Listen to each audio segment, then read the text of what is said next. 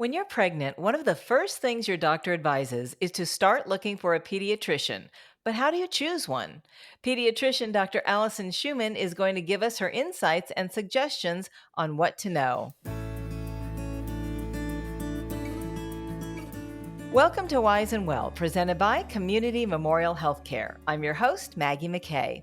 Thank you so much for being here today, Dr. Shuman. Thank you so much for having Maggie. It's my pleasure. So, like I said, it's advised to find a pediatrician early on. I think the day they said you're pregnant, they said, "Start looking." And I thought, "Oh my gosh, what do I ask?"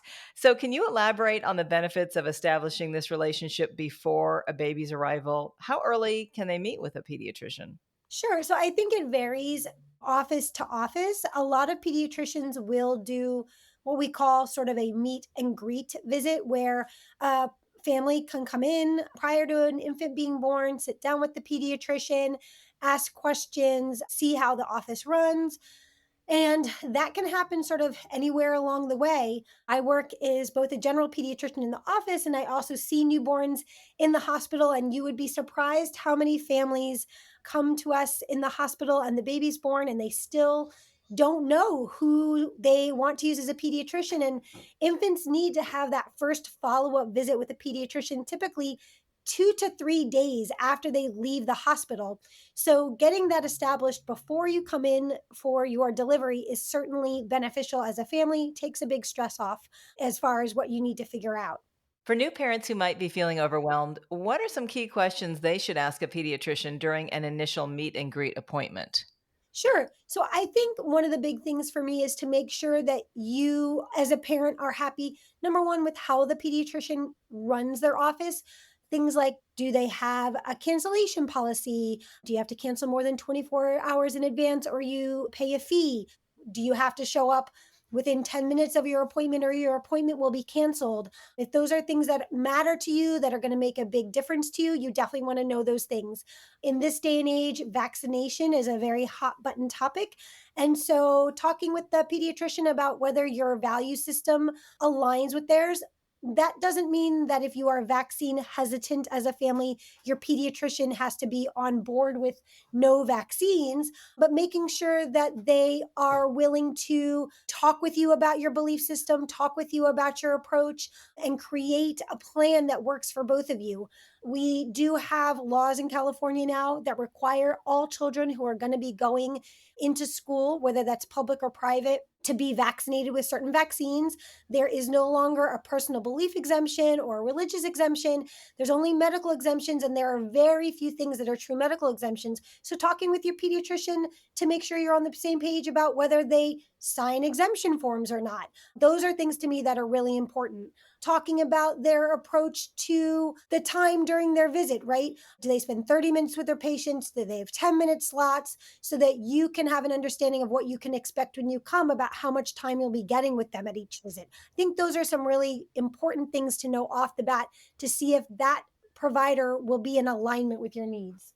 I remember like it was yesterday and it was 20 years ago when I was interviewing the pediatrician that my gynecologist recommended that she use for her sons. And all I cared about was how long she had been doing it. And she had been doing it for like 30 years. So that's really all I cared about. But I honestly didn't have any questions. So I just winged it. And not a good idea. You should plan ahead, I think, right? Yeah, I mean, I think it's always better to plan ahead. And the truth is, how long someone's been practicing isn't necessarily a good sign.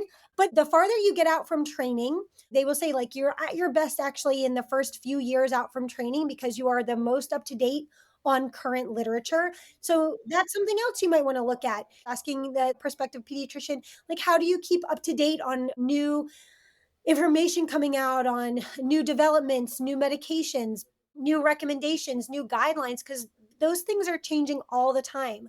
And so, if you really want to know if your pediatrician or your provider of any sort is up to date on that stuff, asking them, like, how do you keep yourself up to date is really important. I mean, I've been practicing for 20 years and I think I still use that. I say I've been doing this for X amount of time so people know I have experience of seeing what's normal and not normal. But I don't think a lot of people realize that being out very far from your training doesn't necessarily mean you're a more skilled or more capable provider for them or for your children. That's a good thing to know. I know you've mentioned a lot of these things, but what qualities should parents prioritize when they're looking for a pediatrician beyond factors like location and insurance? I know you talked about vaccines, but what would you say the top two things are that you should ask? I think empathy, looking for a physician who you feel like listens to you and is willing to sort of feel for you for what you're going through, who's not going to just kind of laugh you off. There's a lot of stuff in the news nowadays about medical gaslighting. So there are plenty of things that families ask about that are totally normal. I always like to tell families, if I can't explain to you why something is normal or why I'm not worried about it, you should be kind of questioning me or pushing back at me a little bit. So, a physician who's going to be willing to take the time to let you know why the thing you're worried about is okay and to empathize with the fact that you're a parent and you're going to have concerns and those concerns may feel unwarranted to them, but that doesn't mean they should be treating you like they're unwarranted. And then a physician who is willing to make shared decisions to talk with you about how you feel, your approach, your desires, and balance that with their recommendations as a physician. To me, I think those are the two most important parts of creating a strong physician patient relationship. And for the expecting or new parents out there, what advice, medical or non medical, can you give for navigating the first few months of a child's life? Because it is nerve wracking the first time around. First and foremost, I would say make sure you understand it's going to take you 30 to 40 minutes longer to get out of the house than you predict. So you can get to those appointments on time. Understand you're going to be seeing the physician a lot in the first few weeks and months of a baby's life. Understand that while there are a lot of recommendations and you'll hear a lot of advice, one of the things I like to say that's a really a shorthand for families is like feed your babies and don't shake them. Those are two absolutes. You need to feed them and you need to not shake them. And a lot of the other stuff, there's a lot of ways to do it and they'll all turn out fine. So whether you're breastfeeding or formula feeding, deciding to do baby led weaning or not do baby led weaning, putting your child in daycare early or not doing daycare early, doing co sleeping or alone sleeping, most babies are going to turn out just fine with any of those choices as long as you are feeding them and you are not actively harming them. And so, that to me, for parents, takes off a little pressure. I think sometimes for new parents, the feeling is almost as if every single decision, there's a single right answer. And that creates a ton of anxiety and a ton of pressure.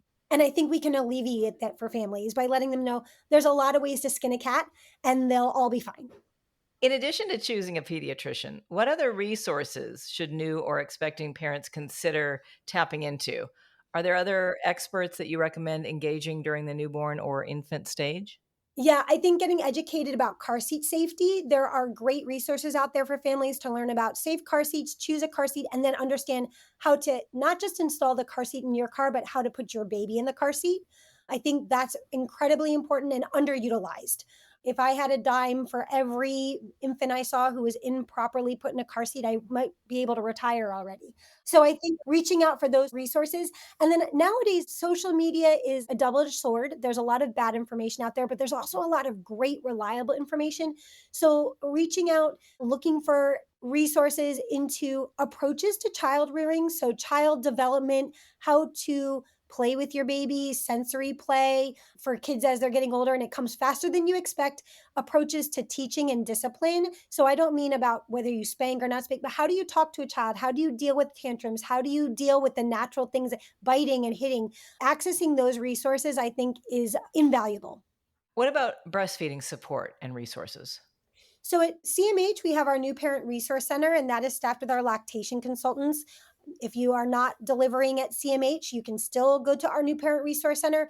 But anywhere that you are living, accessing lactation support through certified lactation consultants is great. And then obviously, there are a lot of mom to mom support groups that can help with that as well.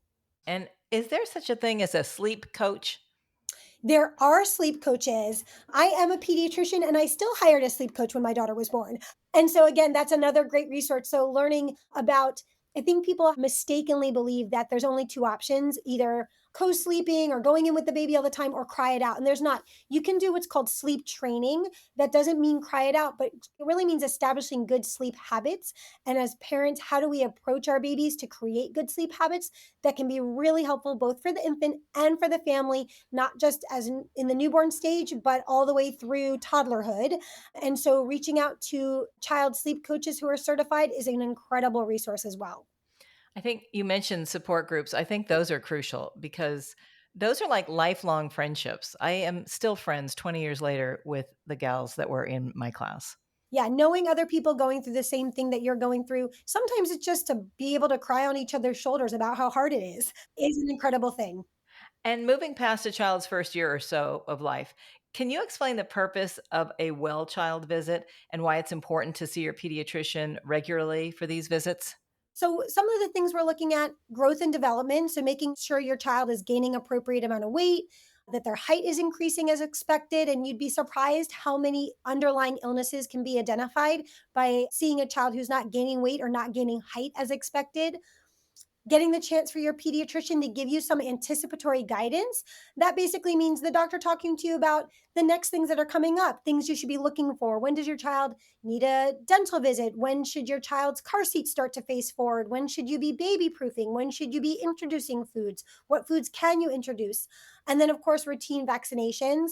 I am a strong proponent for vaccination. And so, even if you're a vaccine hesitant family, being able to talk to your pediatrician about what's recommended, why we're recommending it, to make an informed decision if you're not going to vaccinate, whether you want to avoid all vaccinations, just some vaccinations. My job as a pediatrician is not to tell you what to do, but it's to make sure that whatever decision you're making, it's an informed one. And so your pediatrician can be a really strong resource for even those kinds of questions and discussions.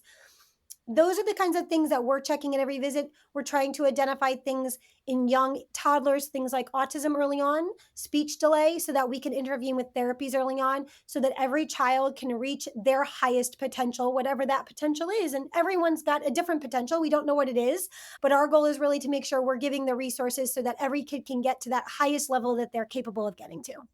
And as a pediatrician and a parent, what's your number one tip for keeping your child healthy during the upcoming cold and flu season? Really good hand washing. Understand that people are going to get colds. That's okay. That's normal. And really just knowing when to seek out help. So if your child's having trouble breathing, if they're lethargic, if they're not feeding normally, making sure that you get in to get seen. And truthfully, to me, if you're playing with other kids, looking at things like are the kids you're playing with vaccinated to know whether they're a risk for your child for some of the vaccine preventable diseases. Right. I know a lot of moms are hesitant to ask other moms because they feel like it's rude. But I think when it comes to your child, you're their advocate. So it's not rude, is it? No, I think you can say, listen, this is no judgment on the choices you're making for your family, but we just want to check in, especially if your infant is too young to receive certain vaccines. Susie isn't old enough to get her MMR, and there's a measles outbreak, I heard. And we just wanted to make sure that your child who's already old enough to get the measles vaccine has it so we can know that we're not potentially putting her at risk. Again, this is just about our choices for our family. We want to make sure we protect her, and so we're asking you, it's no judgment about the choice that you're making for your family. I think we can ask each other questions like that, and it's important to be able to ask those questions. Again, we're all just trying to advocate for our own children, and it's respectful to allow someone to ask you that question, knowing they want the best for their child, just like you want the best for your child. Exactly. Well put. In the event that your child does become sick, what symptoms can be safely managed at home? And when do you recommend that parents call their pediatrician, visit an urgent care, or go to the emergency room? So, my typical approach is fevers, as long as they're lasting less than 5 days. There's no height of fever other than in a newborn.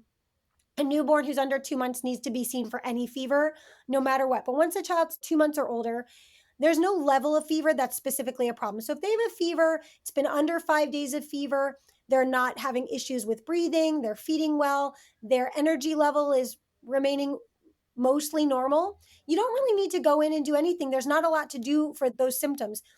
I typically tell parents if the fever is lasting beyond 5 days, come in to be seen just to check their ears, take a listen to their lungs. Of course, if a child's having trouble breathing, if they're not feeding well, if they seem lethargic, and lethargic really means like almost they're not responsive to you. They're more floppy than usual. Not just, oh, I don't feel well. I'm a little tired. Like, wow, this kid is really not acting like my kid. That's a time to go in and get checked. If you could leave parents with one piece of advice for raising healthy, happy children, what would it be, Dr. Schumann? I think the main thing is preventable things are preventable. So being proactive about educating yourself about what is preventable, safety in the home, baby proofing, locking up your medications, car seat safety, and to me, vaccination, that's one thing we as parents can actually do. We can't control if there's a car accident, but we can control whether we have a car seat and whether our kid is in it properly. We can't control the fact that measles exists, but we control whether our child is vaccinated for it. We can't control whether a child falls in the pool, but we can control whether our child has had swim lessons. Sometimes we can control if a child falls in the pool, right? We can add things like a gate, a cover. So taking those sorts of steps, I think to me, that's the best thing that parents can do is not say, oh, that's probably not going to happen. To say, you know what, it probably won't happen. But on the off chance it might, if I can have any influence on what would happen in that scenario, that's what I want to do. That to me is the best piece of advice. Absolutely. Thank you so much for sharing this invaluable information. You gave us a lot to think about, and it's all just very, very useful. So we appreciate you making the time. Yeah, it's been a pleasure and I'm happy to talk to you and happy to come back anytime for more. We'd love it. Again, that's Dr. Alison Schuman. And if you'd like to find a doctor, visit mycmh.org/find-a-doctor or request an appointment by texting or calling 805-948-6353. And if you found this podcast helpful, please share it on your social channels and check out our entire podcast library for topics of interest to you. I'm Maggie McKay. Thank you for listening to Wise and Well, presented by Community Memorial Healthcare.